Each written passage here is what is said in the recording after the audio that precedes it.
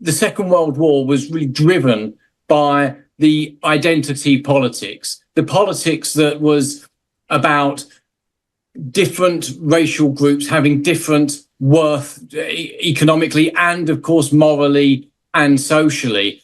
And this identitarian politics that we saw that was adopted by the Nazis and, of course, essentially damaging to that country and of course, the whole of Europe and large parts of the world as well, which suffered as a result of that ideology. We see that playing out now. It hasn't gone away to this day. We see those who are described as being on the left of politics, and we need to understand that the Nazis in Germany were on the left. They were racial socialists, essentially, and we see these people at work today, these sexuality socialists that have dominated the left, the so-called left of British politics, and the divisions that they create between the races, between ethnic groups, between religious groups, and attaching moral worth according to one's colour of their skin.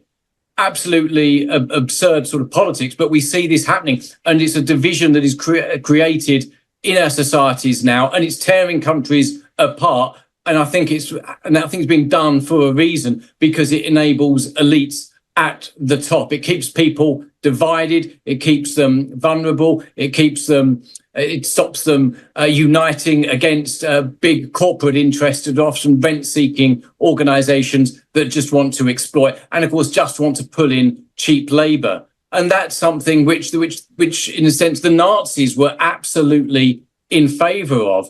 We think that they would be somehow against immigration. They weren't. They pulled in people from abroad, but they were pulled in people as a slave class, as helots essentially, or as what we would now describe cheap labour. Because the Nazis had exceptionally cheap labour because they were slaves. They were often murdered, but not always.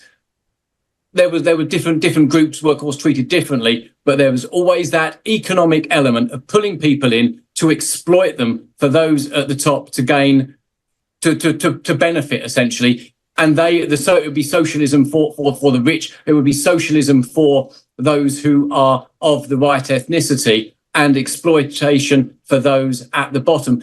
And that is the politics of mass immigration that we have now. That's the politics and the economics of the countries, the United States, European countries that want to pull in people for their exploitation. It's just the names have changed. The uniforms have changed, but the politics is eerily similar, and it's something that is un-British. It's something that's the Anglo-Saxon world, where you value people according to what they can contribute, be their character, be their economics. That's something that we would value. But European politics was always about the issue of race and exploiting people and giving to reward those of different ethnicities. And that's the politics that's being introduced into this country. And that's the politics that dominate Labour.